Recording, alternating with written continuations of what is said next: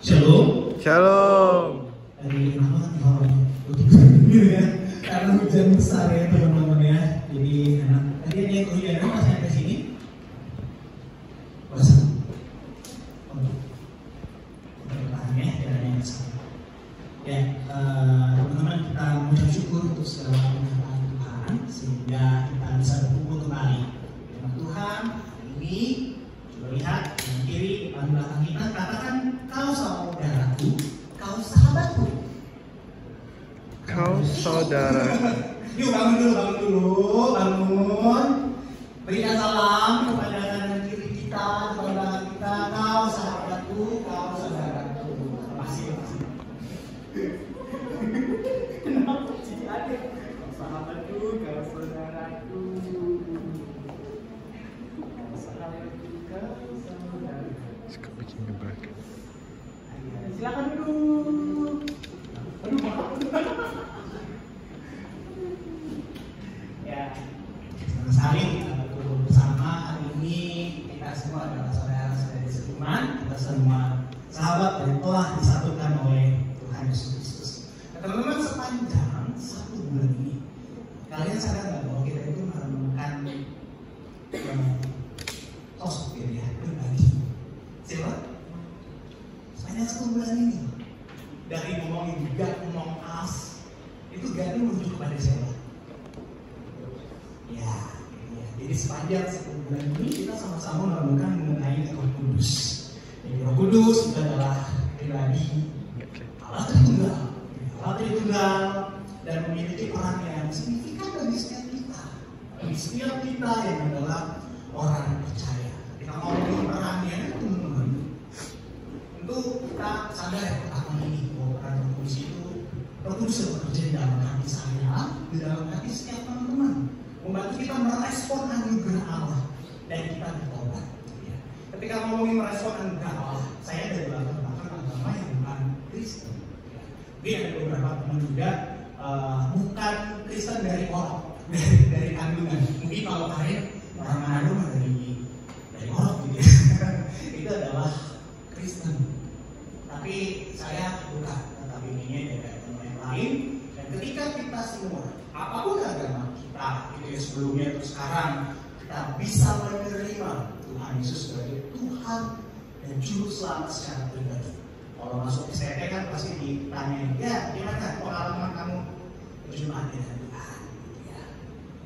Ada teman-teman menyadari apa jadi perjumpaan dengan Tuhan secara pribadi, mengakui Tuhan Yesus sebagai Tuhan dan Juru Selamat secara pribadi? Coba ingat kapan itu titiknya. Dan terus kita ada pertobatan.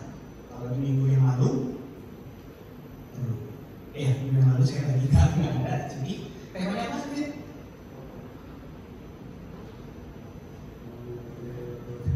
Temanya apa sih? Ya, good looking atau bad looking gitu ya. Bagaimana itu hidup kita itu dari manusia yang lama kita tinggalkan, kita hidup di dalam manusia baru pada sebuah pertobatan. Dan yang kedua, para Roh Kudus itu adalah menolong gitu ya. Kita mungkin sering menyanyikan bahwa menolong yang selalu setia. Roh Kudus itu menolong kita dalam setiap situasi walaupun nggak tahu. Menolong memberikan kita kekuatan melewati masa-masa yang ada. Selanjutnya adalah sebagai menghibur dalam kesedihan, pergumulan. Coba di sini yang pernah atau ternyata malah saat ini dalam masa kesedihan dan pergumulan ada? Aku baik-baik saja gitu ya. Ya, dan ya adalah sahabat kita. Sebagai sahabat, kalau tadi David bilang ada sahabat kita, tapi sahabat sebagai manusia itu berganti-ganti.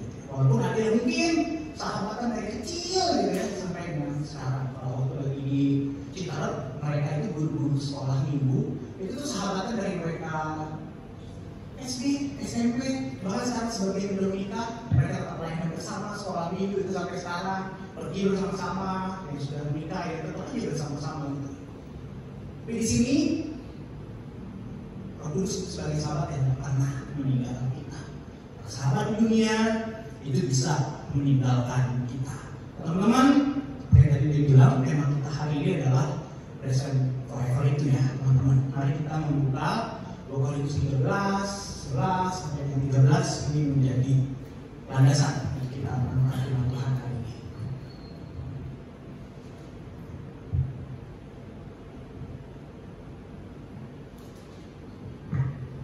Yuk teman-teman yang udah ketemu berdiri,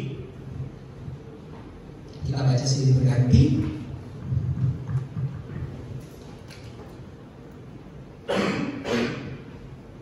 Ya, 2 Korintus 13, 11 sampai 13. Saya membaca 11, nanti teman-teman yang 12, 13 kita bersama-sama. Akhirnya saudara-saudaraku, bersukacitalah, usahakanlah dirimu supaya sempurna, terimalah segala nasihatku sehati, sepikirlah kamu, dan hiduplah dalam damai sejahtera, maka Allah sumber kasih dan damai sejahtera akan menyertai kamu.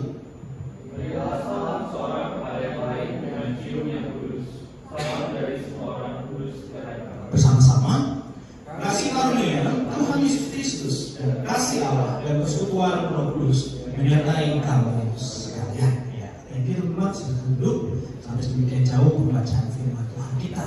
Teman-teman, kita berbicara mengenai sahabat yang sejati, gitu ya. Saya teringat kemarin sambil cari-cari gitu ya, kalau di remaja ingatnya film Toy Story gitu ya. Toy Story itu ada si Woody dan Buzz Lightyear. Tapi kalau yang di sini saya kemarin cari yang ini, Best Friend Forever. Ketika ngomongin best friend gitu ya, itu kan harusnya kita saling mengasihi.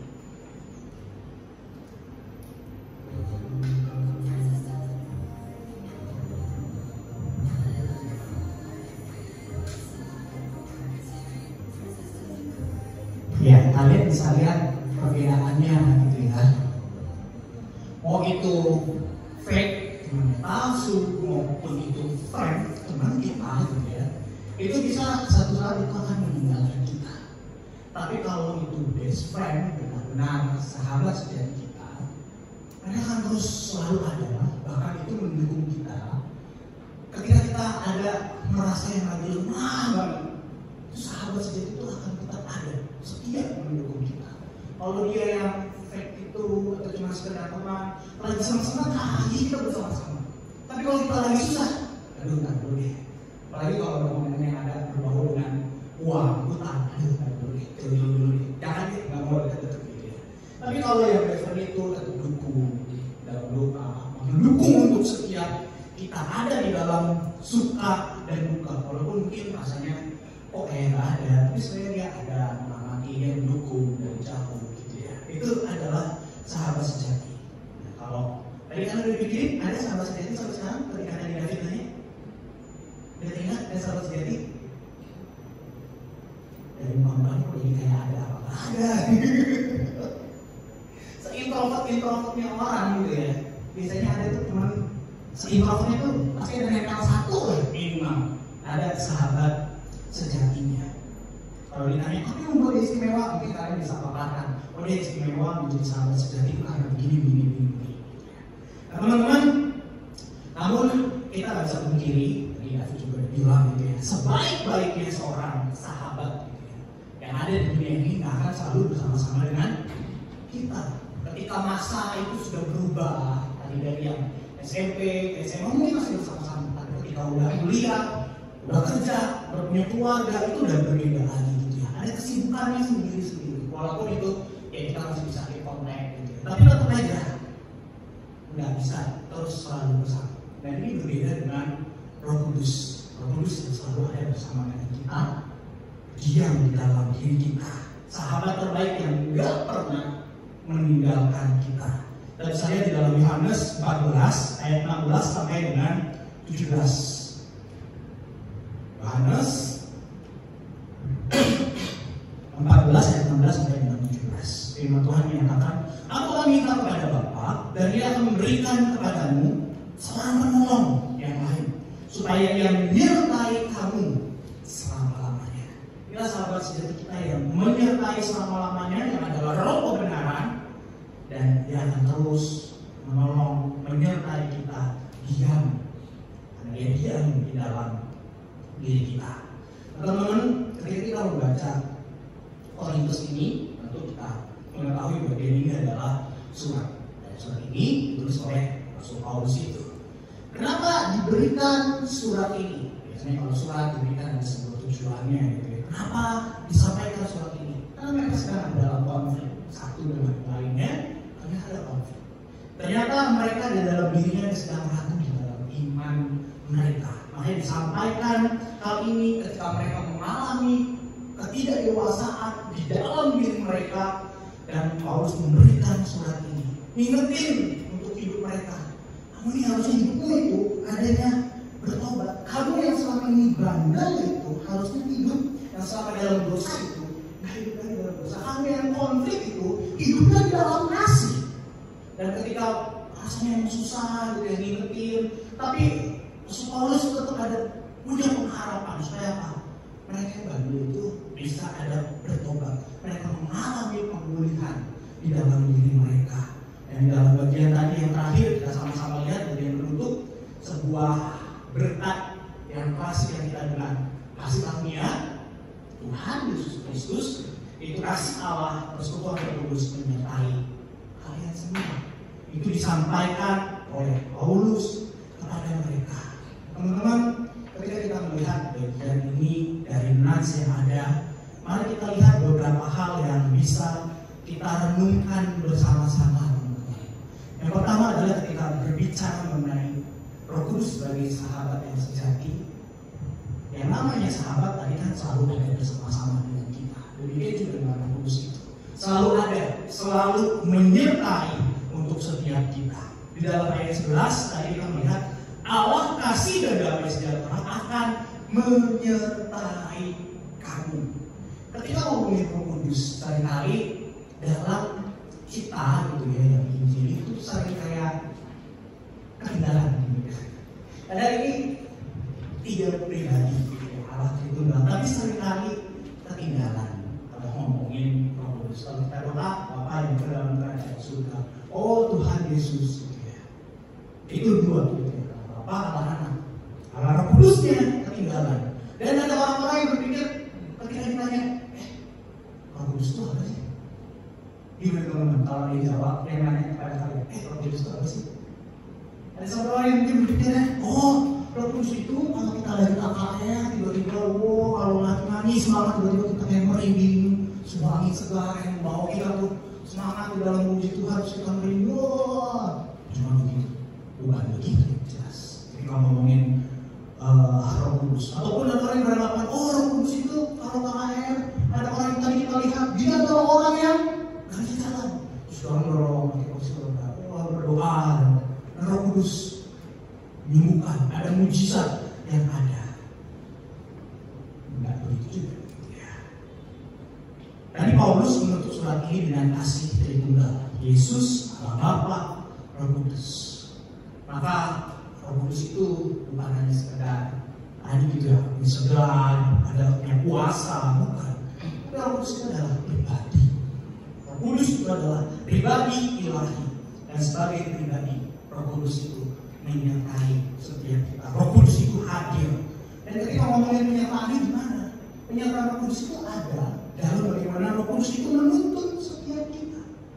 Ketika kita percaya, waktu itu pernah ada yang ngomongin ya dalam khotbah, ngomongin seperti apa sih ilustrasinya? Seperti Google Maps itu, ya, yang menuntun kita, mengarahkan kita, membimbing kita. Maka Roh Kudus itu yang mendampingi kita dalam kehidupan iman. Saya nggak tahu teman-teman pernah nggak dalam masa titik dalam kehidupan iman teman-teman itu di tengah tantangan iman dan mulai ragu bahwa itu benar nggak ya Tuhan Yesus itu adalah Tuhan dan Juru Selamat? Benar nggak ya Tuhan itu satu-satunya atau salah satunya? Kalau Tuhan satu-satunya, kok aku berdoa kok kayaknya nggak ada? Kok Tuhan nggak ada reaksinya? Kok belum sampai saat ini belum ada jawabannya? Mungkin teman-teman ada yang mengalami hal itu. Dan situlah Roh Kudus mendampingi kita. Roh Kudus mengingatkan kita di dalam diri kita. Ketika kita galau, teman mungkin lu juga aja galau. Dan Roh Kudus itu mengerti. Kenapa sih kita galau? Dia tahu sampai kedalaman hati kita. Ketika kita salah, Roh Kudus ingetin, bekerja gitu ya. Kamu tuh salah. Memang anak-anak muda sekarang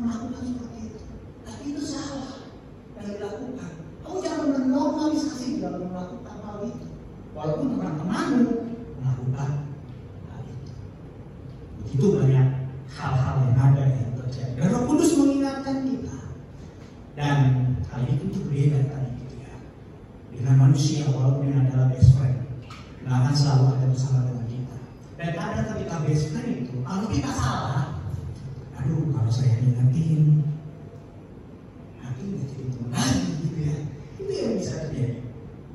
Tapi Roh Kudus itu mengingatkan kita, kalau kamu nggak benar, kita diingatkan, kita diarahkan oleh Roh Kudus itu. Ketika kita dalam keadaan yang tidak mudah, ketika kita mungkin melihat, kok dia seperti itu ya, tapi dia jauh dari Tuhan, tapi kok hidupnya enak-enak aja, happy-happy aja. Nah ini ada, ini teman-teman pernah lihat gitu ya, AI gitu ya. Kenapa orang-orang yang baik lebih sering menderita dibanding orang jahat?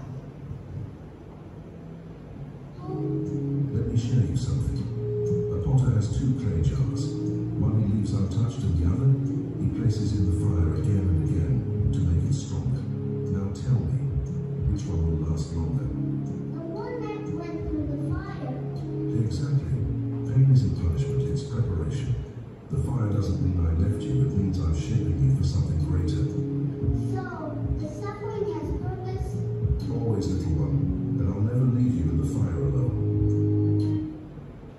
Ya, ketika dia lagi penderitaan mungkin, aduh Tuhan, kenapa? Aku sudah pelayanan, aku sudah ikut Tuhan, rajin ibadah, aku mengalami penderitaan. Aku sudah hidup benar, aku mengalami penderitaan. Hal-hal ini bisa mengingatkan kita. Roh Kudus yang adalah penghibur itu mengingatkan kita.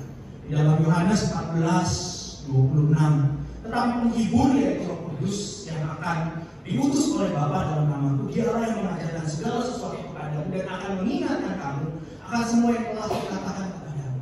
Jadi ketika kita membaca firman Tuhan, mungkin firman Tuhan, Roh Kudus mengingatkan kita. Mungkin saat ini kita bekerja, oh ini nggak malu bagi buku, nggak ada kok dalam hal itu. Ketika suatu saat, oh saya pernah baca itu, dan firman Tuhan ini diingatkan lagi. Roh Kudus mengingatkan kepada kita. Teman-teman, Roh Kudus itu adalah penghibur, diutus menyertai kita, gak pernah meninggalkan kita. Bahkan dalam keadaan kita yang gak mudah, dalam kita kesepian ataupun perkumpulan, yang mengingatkan kepada kita firman-firman Tuhan yang pernah kita baca. Dan itu yang menjadi kekuatan kepada kita ketika kita dalam kondisi yang lemah, kondisi yang gak mudah. Roh Kudus memberikan kita kekuatan. Itulah penyertaannya. Dan ketika teman-teman kita berbicara mengenai penyertaan daripada Roh Kudus, pernah nggak teman-teman merasa sendirian? Sendiri rasanya padahal rame gitu ya. Di tengah-tengah orang yang begitu banyak, tapi merasa sendiri. Teman-teman, mungkin ketika kita dalam keadaan yang tidak mudah, kita bisa merasa sendiri. Tapi marilah teman-teman, kita ingat, kita sadari, kita nggak pernah sendiri. Kalau nanti dalam ada titik terendah kita, dan kita merasanya kayaknya itu sendirian, itu iblis mengintimidasi kita kok. Bahwa Roh Kudus itu selalu ada beserta dengan kita, menyertai kita. Katakan dengan diri kita, Roh Kudus menyertai kita. Nah, ya teman-teman, selanjutnya yang kedua adalah Roh Kudus itu adalah penolong. Penolong itu apa? Membawa kedewasaan kepada setiap kita. Di dalam ayat 11 tadi dikatakan, firman Tuhan mengatakan, usahakanlah dirimu supaya sempurna. Teman-teman, tadi kita lihat Roh Kudus itu membawa kita kepada pertobatan. Roh Kudus yang menguduskan setiap kita, baik kita yang adalah orang-orang berdosa. Tapi tidak hanya berhenti di situ. Roh Kudus yang menuntun setiap kita. Menuntun kepada apa? Untuk hidup kita yang tadi makanya, usahakan dirimu supaya sempurna. Di sini bukan hanya dengan usaha kita sendiri. Kenapa? Kalau dengan usaha kita sendiri, kita walaupun sudah terus atur kita itu adalah dosa, tetap bisa jatuh lagi di dalam dosa. Dan di sini Roh Kudus menuntun kita, menolong kita untuk kita bisa menghasilkan buah roh itu. Mari teman-teman kita lihat di dalam Galatia 5.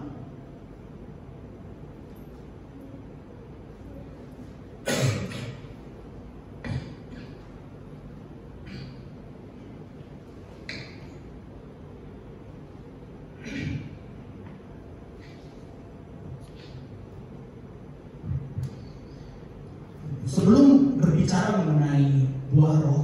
Dalam perikop yang ada itu 16 sampai dengan 26, itu menjadi perikop hidup menurut daging atau hidup menurut roh. Hidup kita, Tuhan hendaki kita tinggalkan manusia lama kita. Firman Tuhan dengan jelas menyatakan kepada kita, perbuatan daging itu telah nyata: percabulan, kecemaran, hawa nafsu, penyembahan berhala, sihir, perseteruan, perselisihan di hati, amarah, kepentingan diri sendiri, percideraan, roh pemecah, kedengkian, kemampuan, pesta pora, dan itu lain sebagainya. Makanya di sini ketika ada hal-hal ini kita diminta mari berjuang. Ketika Roh Kudus itu sudah ada yang menolong di dalam diri kita, sudah mengurusan kita terus berjuang di dalam kehidupan kita, karena pengurusan kita 1 dan 3, tapi jangan lupa ada pengurusan progresif terus menerus di dalam hidup kita. Sehingga apa?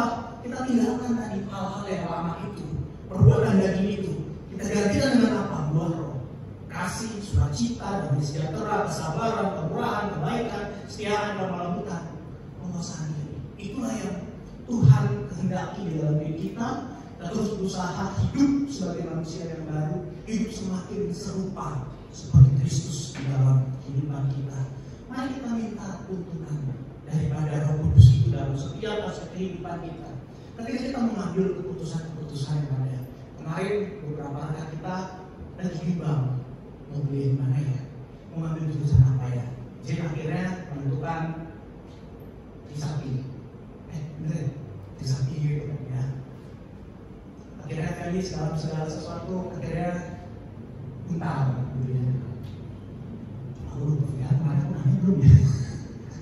Ya, beberapa teman akhirnya ada ya, menentukan. Atau teman-teman menentukan, aku mau kuliah di mana tadi, aku mau kerja di mana dalam kehidupanku, aku habis di dalam masa ini, aku gimana ya, aku tetap cari kerjaan lagi, aku buka usaha atau apa. Ada banyak hal yang perlu kita putuskan, dan di situ Roh Kudus menuntun setiap kita, membawa kita menjadi pribadi yang semakin serupa seperti Kristus itu dengan bantuannya. Mari kita latih diri kita, teman-teman, peka terhadap suara Roh Kudus itu. Waktu kita bingung, kita sedih, kita ambil keputusan, tanyakan pada Roh Kudus. Dan ketika Roh Kudus itu ada, menuntun kita, mengarahkan kita, mengingatkan kita, jangan kita menjadi orang yang mengeraskan hati. Ketika teman-teman ada buat suatu hal yang teman-teman tahu itu salah, teman-teman masih menjalani dengan biasa saja, atau teman-teman bisa, teman-teman tahu akhirnya dalam kehidupan kalian. Ketika kalian melakukan hal itu, kalian bisa, atau kalian udah biasa aja. Karena apa?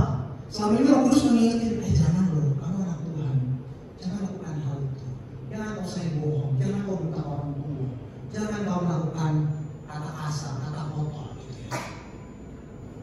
Tapi ketika kita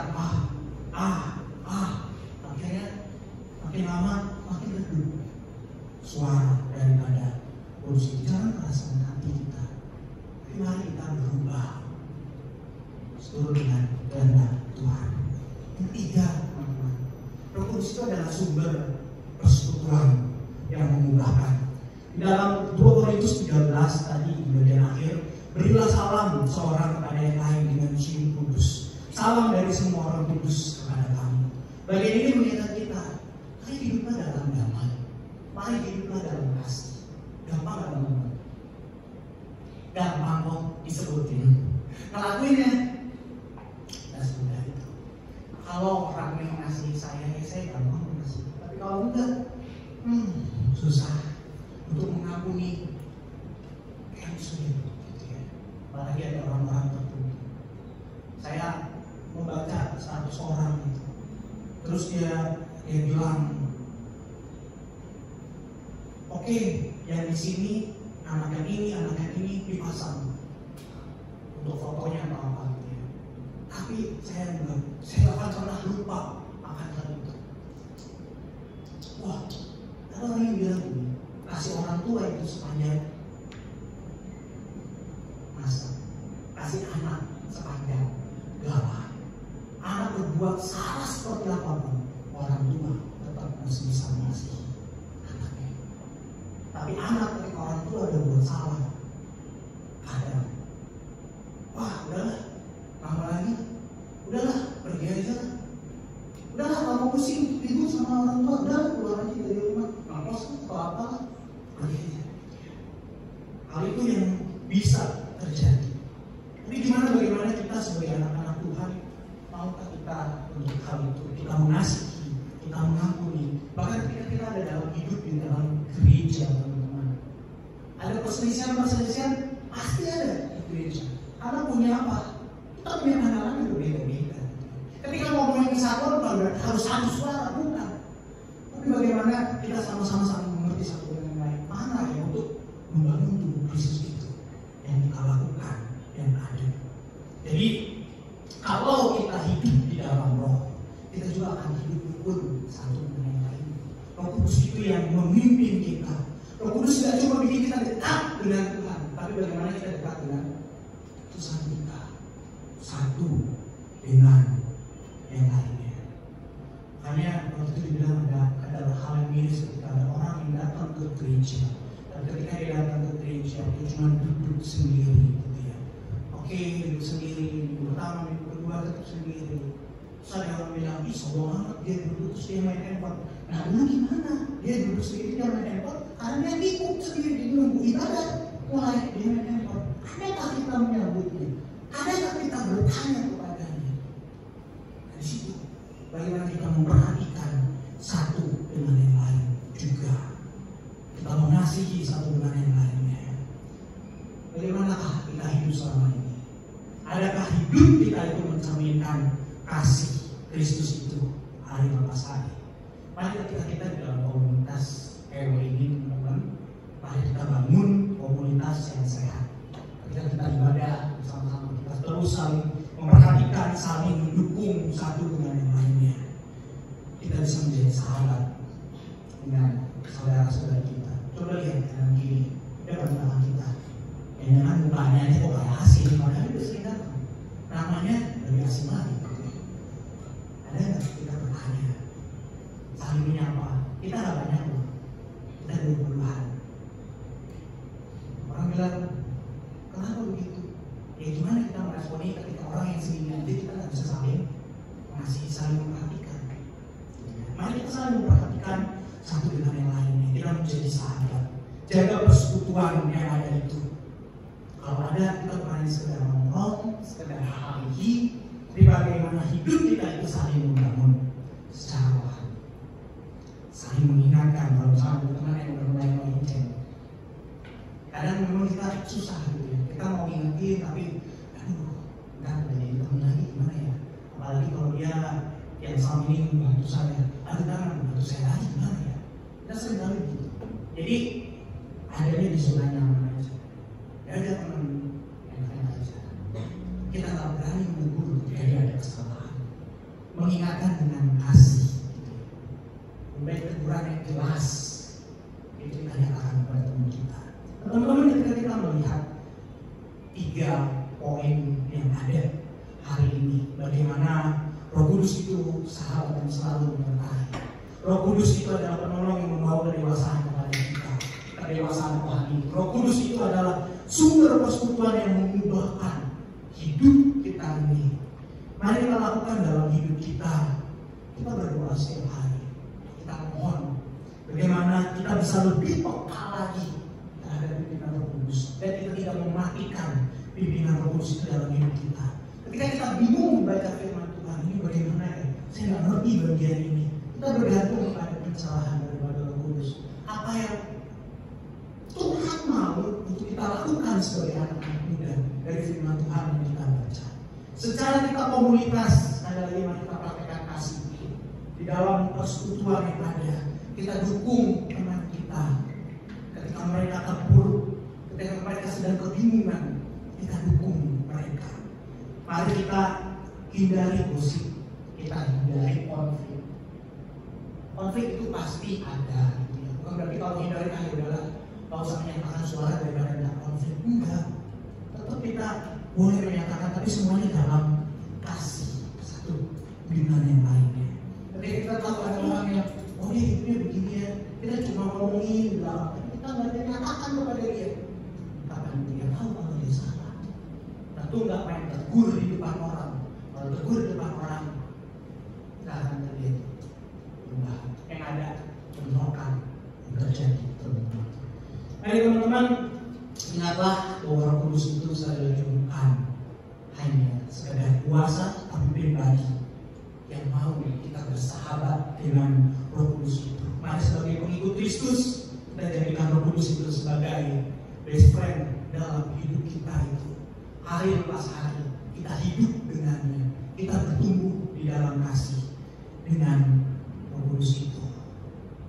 Menjadi pengikut Kristus yang terus semakin dewasa secara rohani.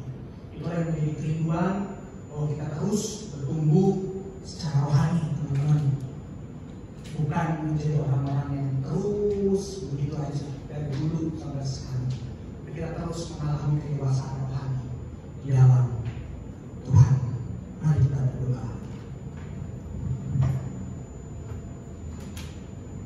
Tuhan, terima kasih untuk hari ini. Tuhan boleh berbicara kepada setiap kami. Dan terima kasih memberikan kami sahabat sejati itu, yaitu Roh Kudus. Ajarkan kami untuk hidup terus dekat dengan Roh Kudus hari lepas hari. Kami menghormati akan pimpinan Roh Kudus itu yang memimpin kami. Dan kami terus berjalan bersama dengan Roh Kudus. Bentuk kami menjadi pengikut-Mu ya Tuhan, yang terus bertumbuh di dalam kasih, bertumbuh di dalam kedewasaan rohani, dan bertumbuh di dalam persekutuan yang saling mendukung satu dengan yang lainnya. Di dalam nama Tuhan Yesus Kristus kami berdoa, kami ucap syukur. Amin. Tuhan berkati kita sekalian.